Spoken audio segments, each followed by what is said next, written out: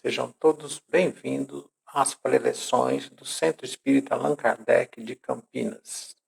Hoje nos coube falar sobre o capítulo 19 do Evangelho segundo o Espiritismo, que trata de a fé que transporta montanhas. Estaremos falando sobre seus itens de 1 a 6, 8 e 9, e nossa fala se baseará na passagem de Jesus que consta em Mateus, capítulo 17, versículos de 14 a 19. E também trataremos de Marcos, capítulo 11, de 12 a 14 e de 20 a 23. Antes de iniciarmos a preleção propriamente dita, nos convém que façamos uma oração inicial. Pai de amor e bondade, Mestre Jesus, equipes espirituais, nos colocamos à disposição para que possamos entender profundamente o ensinamento do Mestre de Nazaré. Que esses ensinamentos calem fundo em nossa alma e possamos, a partir daí, colocar em prática, em nossa ação diária, todos esses ensinamentos, a fim de que dia chegará em que possamos, como dizia o apóstolo Tiago, mostre sua fé sem obras e eu mostrarei minhas obras pela fé. Se conosco, Senhor, nesses nossos bons encaminhamentos. Que assim seja. Antes que a gente passe ao texto propriamente dito, a respeito do poder da fé, lá em Mateus capítulo 17, versículos de 14 a 19, a gente deve fazer algumas considerações iniciais. Tais como, no capítulo 2 do Evangelho segundo o Espiritismo, traz lá Kardec que o meu reino não é deste mundo. Então, quando Jesus está a falar, ele está a falar de questões relacionadas ao mundo espiritual. Todas as suas relações são nesse sentido. Portanto, não devemos entender ao pé da letra aquilo que está escrito nas passagens do Mestre Jesus, não é mesmo? E também a gente verifica em todas as condições em que apresenta a palavra do Mestre, que ele combate firmemente o orgulho e o egoísmo, aqueles que corroem a alma e nos colocam muros para o nosso desenvolvimento espiritual. Também devemos dizer que a palavra fé, que vai ser tratado logo mais, não é? Ela tem como raiz a palavra fides, do latim fides, né? Que significa ser fiel. Então, para que se tenha fé, há necessidade que sejamos fiéis, ou seja, a gente consegue ou deve, né, estar seguindo aquilo que foi preconizado àquele a quem a gente denota a fé. E também dizer que fé é um pouco diferente de esperança. A fé é uma convicção, uma certeza de que algo existe, embora muitas vezes não possamos vê-lo, mas as suas anotações, as suas questões que a gente pode verificar pela racionalidade, convergem para que isso seja uma verdade suprema. E sendo assim, nós sejamos fiéis a este ao qual temos a convicção, a fé, e Jesus fala em fé inabalável, não é? Para que a gente caminhe nessa direção. E o caminho é o Evangelho do Mestre, que traz todas as condições para que possamos estar trilhando até o Pai maior. Voltando, então, a esperança já é uma consequência da fé. Aquele que tem uma fé inabelável, convicção em qualquer coisa, ele tem a esperança que tais e tais coisas aconteçam. Então, não devamos confundir fé com esperança. Dito isso, a gente pode entrar no texto ao qual o Mestre nos traz a mensagem sobre fé. Me permitam que eu o leia, para que a gente não pule nada, não fique nada nas entrelinhas, né? Vejamos o que está lá em Mateus, capítulo 17, versículos de 14 a 19. Diz lá, e depois que veio para onde estava a gente, chegou a ele um homem que, posto de joelhos, lhe dizia, Senhor, tem compaixão de meu filho, que é lunático e padece muito, porque muitas vezes cai no fogo e muitas na água. E tenho apresentado a teus discípulos, e eles o não puderam curar. E respondendo, Jesus disse: ó geração incrédula e perversa, até quando hei de estar convosco? Até quando vos hei de sofrer? Trazei-mo cá. E Jesus o abençoou e saiu dele o demônio. E desde aquela hora ficou o moço curado. Então se chegaram os discípulos a Jesus em particular, e lhe disseram: por que não pudemos nós lançá-lo fora?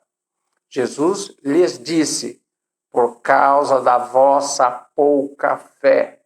Porque na verdade vos digo que, se tiverdes fé como um grão de mostarda, direis a este monte: passa daqui para acolá. Ele há de passar e nada vos será impossível. Então, a gente nota nessa passagem a importância que Jesus dá para a fé. E veja que a pessoa que estava ali, possivelmente com uma obsessão, que eles tratam como demônio, como palavra da época, né? uma obsessão bem profunda, vamos chamar assim, eles não conseguiram libertar a pessoa desta situação. E Jesus disse que a causa principal disso era a fé. Mas diz mais: até quando estareis contigo? Ou seja, eu preciso fazer, vocês só têm condições de fazer. Podemos lembrar até quando Jesus diz: sois deuses, poderás fazer o que eu faço e ainda muito mais. Então ele dá o recado: busque a fé, busque a certeza, a convicção do Pai maior, e tudo lhe será dado em consequência. A gente pode lembrar Mateus capítulo 6, versículos 33, não é? Que diz lá: buscai as coisas do céu e tudo mais lhe será dado por acréscimo. Né? Ele ainda diz que a geração é incrédula e perversa, ou seja, eles têm uma certeza como se fosse simplesmente uma casca de ovo, muito quebrantável. Então a primeira dificuldade, essa coisa, ela se desfaz, ela não se sustenta, porque seguramente não está estribada em questões de racionalidade também. Então, a gente precisa entender, mas o que é a fé? A fé é a confiança que se deposita na realização de determinada coisa, a certeza de atingir o objetivo. E quando a gente tem uma fé desse tamanho, nessa situação, a gente não se abate pelos problemas do caminho. A gente cai, levanta, porque a meta está posta. E a gente constrói estruturas de pensamento capazes de atingir essa meta ao qual nos propusemos e temos fé que chegaremos. Então, a fé seria a meta e o caminho seriam os objetivos, as questões parciais que nós vamos ultrapassando. Obviamente, a fé nas questões materiais e mundanas também existe, mas elas dizem a respeito da nossa sobrevivência enquanto encarnados. E essa fé firme, forte, que transporta montanhas, não deverá se transformar em soberba. Porque a soberba é muito mais orgulho do que fé. A música já, não, porque eu sou um sujeito de fé, tenho fé, e ninguém mais presta, ninguém isso, ninguém aquele outro. Não. A fé, ela se submete. A fé, ela é humilde. A fé, ela é transparente. A fé tende a arrastar outros tantos para a fé. Porque sabe-se que tudo depende de Deus. Nós somos só criaturas, não somos criadores. A fé verdadeira, ela é calma, ela é paciente, é calma diante da luta, mostra sempre um sinal de força e de confiança. Já a violência misturada com a fé, na verdade é uma prova de fraqueza, falta de confiança em si mesmo e até naquela chamada fé vacilante. Então, devemos guardar a presunção de que temos fé mais que todo mundo. Nossa conversa é entre nós e Deus, e mais ninguém. Tem uma coisa que está em nosso coração, é a nossa verdade. A fé, ela traz conosco uma força interior muito grande. E nessa circunstância, a gente consegue trazer para junto de nós as equipes espirituais, que nos acodem diante das dificuldades. Por isso, que Jesus disse que eles tiveram pouca fé diante daquele problema com o chamado jovem lunático. Eles não conseguiram, a partir da fé que tinham, né? E vejam que estavam junto com o mestre, né? Tinha um treinamento muito bom em relação a isso, né? Mas diante de um problema um pouco maior, foram vacilantes. Então, as equipes espirituais não conseguiram agir suficientemente para que se conseguisse a libertação, entre aspas, desse jovem. Por isso, quando a gente se propõe alguma coisa, que tenhamos fé e que sejamos fiéis aos ensinamentos. O que fazer, como fazer, quando fazer, para que a nossa meta seja atingida. Obviamente, juntado, falando da cura do jovem, né? Juntado às questões magnéticas de cada um de nós, não é? Com a fé, ela se potencializa e juntada às coisas do mundo espiritual que nos ocorre nesse instante, essa força fica quase que insuperável. E é disso que Jesus dizia. Então, não se tratou de um milagre, se tratou de fé, uma fé inquebrantável. Mas Jesus diz mais ainda, né? Que tenhamos fé, porque essa fé transporta montanhas. Obviamente, como dissemos no início da nossa fala, essas montanhas que Jesus está falando não é a montanha do mundo real. Obviamente, porque se tivesse várias pessoas com muita fé e a montanha não ficaria dançando para lá para cá e estaremos sujeitos à instabilidade do sistema material. Ele está a dizer das dificuldades que temos dentro de nossa alma. Está a dizer dos ódios, do egoísmo, do orgulho e até mesmo da falta de fé. Se conseguimos buscar esta fé de forma muito forte, então a gente consegue transportar todas as montanhas de nossa alma na busca da paz e da felicidade. É disso que Jesus trata. Então, a fé, essa convicção no Pai maior, na questão religiosa ao qual tratamos, não é? Ela tem que ser uma fé firme. E o Espiritismo traz esta fé firme a partir que ele busca na racionalidade os indícios da divindade. De onde viemos, para onde vamos, por que sofremos, o que é Deus, o que é caridade. Enfim, buscando nas obras básicas do Espiritismo estes instrumentos de racionalidade, nos traz uma fé forte. E fé forte é aquela que subsiste às tempestades, quando o barco balança, quando tudo parece estar perdido, ainda assim a fé permanece.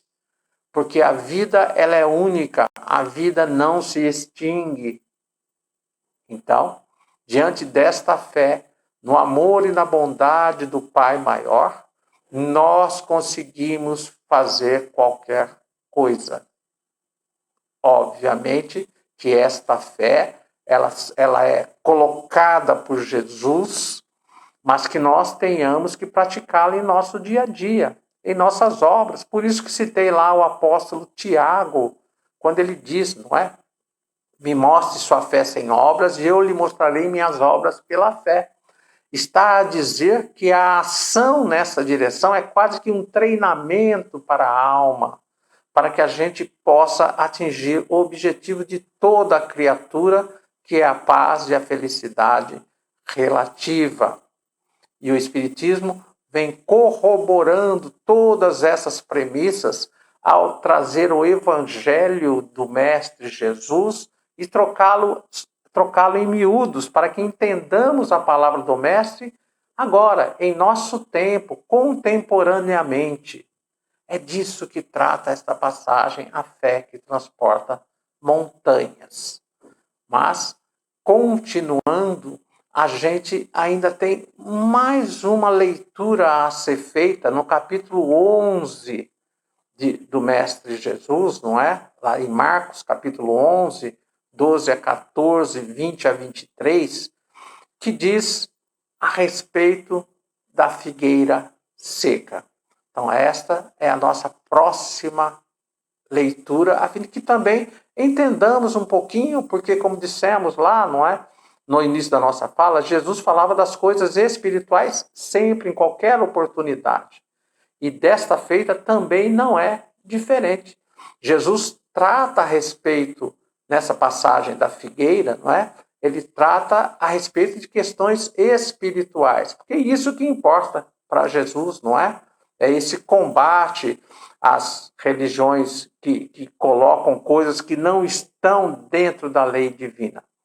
Portanto, vamos ler a próxima passagem do Mestre Jesus. Então, passemos a leitura, me permitam que eu faça, não é? De Marcos 11, capítulo 11, versículos de 12 a 14, 20 a 23. Diz lá nessa parábola da figueira seca, vamos tratar como parábola, não é? E diz assim: E ao outro dia, como saíssem de Betânia, teve fome. E tendo visto ao longe uma figueira, foi lá a ver se acharia nela alguma coisa. E quando chegou a ela, nada achou, senão folhas, porque não era tempo de figos. E falando-lhe, disse: Nunca mais coma alguém fruto de ti para sempre. O que os discípulos ouviram. E no outro dia pela manhã, ao passarem pela figueira, viram que ela estava seca até as raízes.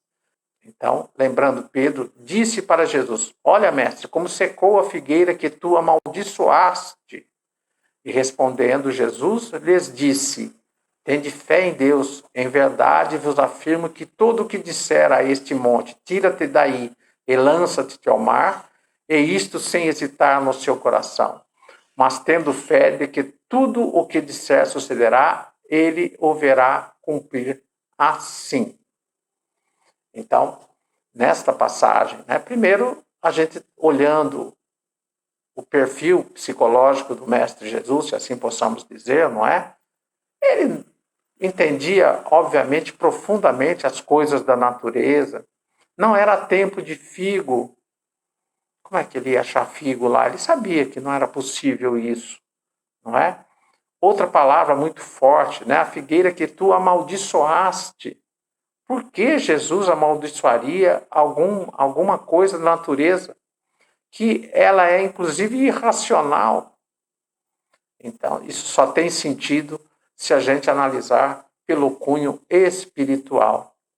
Jesus está a dizer que essa figueira, chamada figueira seca, é aquela que não tinha frutos, que são as várias ramificações das religiões, que pregam a palavra, mas não pregam o amor, não têm em seu bojo o amor, portanto, embora tenham sido criados e desenvolvidos para que dessem frutos a todos quanto se lhes acorrem, nada fornece.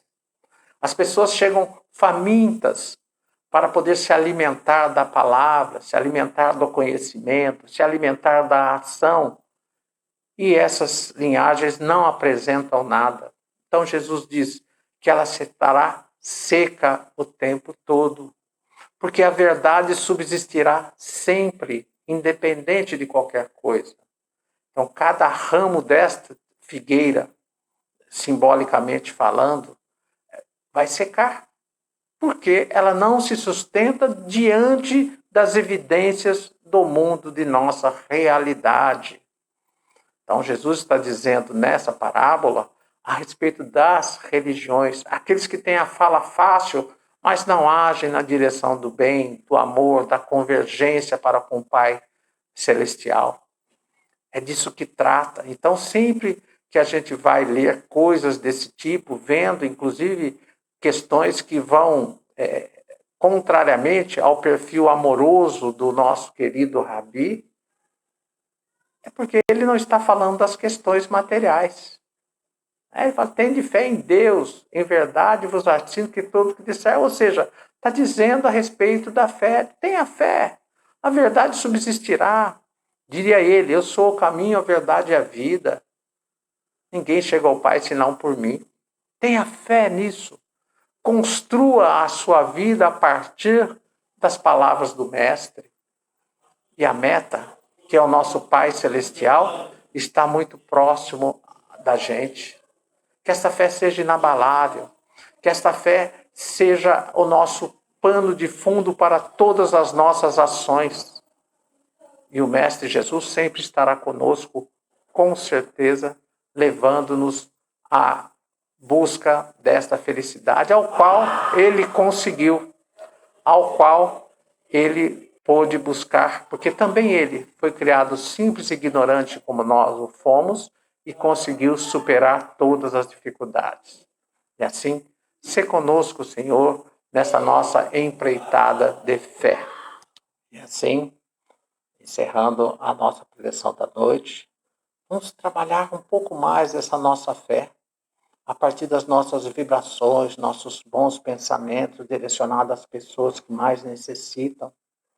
Também é um jeito de praticar a caridade pregada e apregoada pelo Mestre de Nazaré, o Mestre Jesus.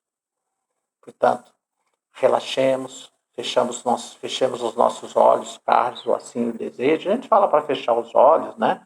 Porque a gente tem um mergulho dentro de nós mesmos e a concentração é mais fácil. Mas não necessariamente se achar que não deve também, não há problema nenhum. Mas nos liguemos ao mundo espiritual, às equipes espirituais, né?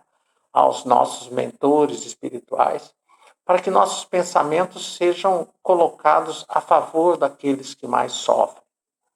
Assim, podemos iniciar a vibração da noite, dizendo. E assim, colocando nossa fé de modo prático, podemos vibrar pelos que mais necessitam de amparo e acolhimento, sejam das condições morais ou físicas. Por isso, entremos em estado de oração, silenciemos nossa mente dizendo: Pai de amor e bondade, nos colocamos diante de Ti, Senhor, apresentando nossa fé em Suas leis e, para tanto, buscamos vibrar, distribuindo bons pensamentos para que atinjam todos os que mais necessitam e possam ajudá-los a recobrar a paz, seja das condições morais ou físicas. Vibremos então pelos que estão nos hospitais, padecendo de diversas enfermidades, que sejam amparados e, na medida dos desígnios divinos, sejam restabelecidos e reencontrem a paz e a saúde.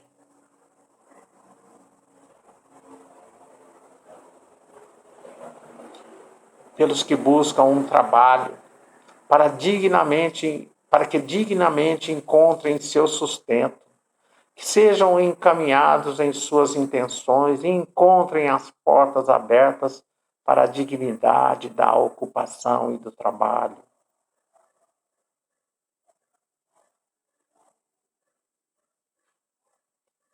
Pelos que choram e lamentam pelos entes queridos retornaram à pátria espiritual, que seus corações sejam alentados e mantenham a fé na continuidade da vida espiritual e a certeza do reencontro no tempo adequado.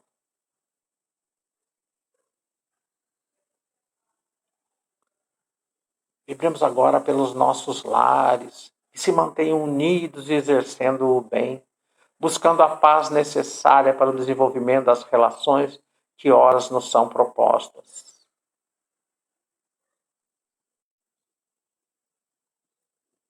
finalmente, por nós mesmos. Que diante das adversidades do caminho, Senhor, nos mantenhamos firmes em nossa fé e que através dela possamos distribuir sempre paz e sorrisos a todos que se nos acheguem.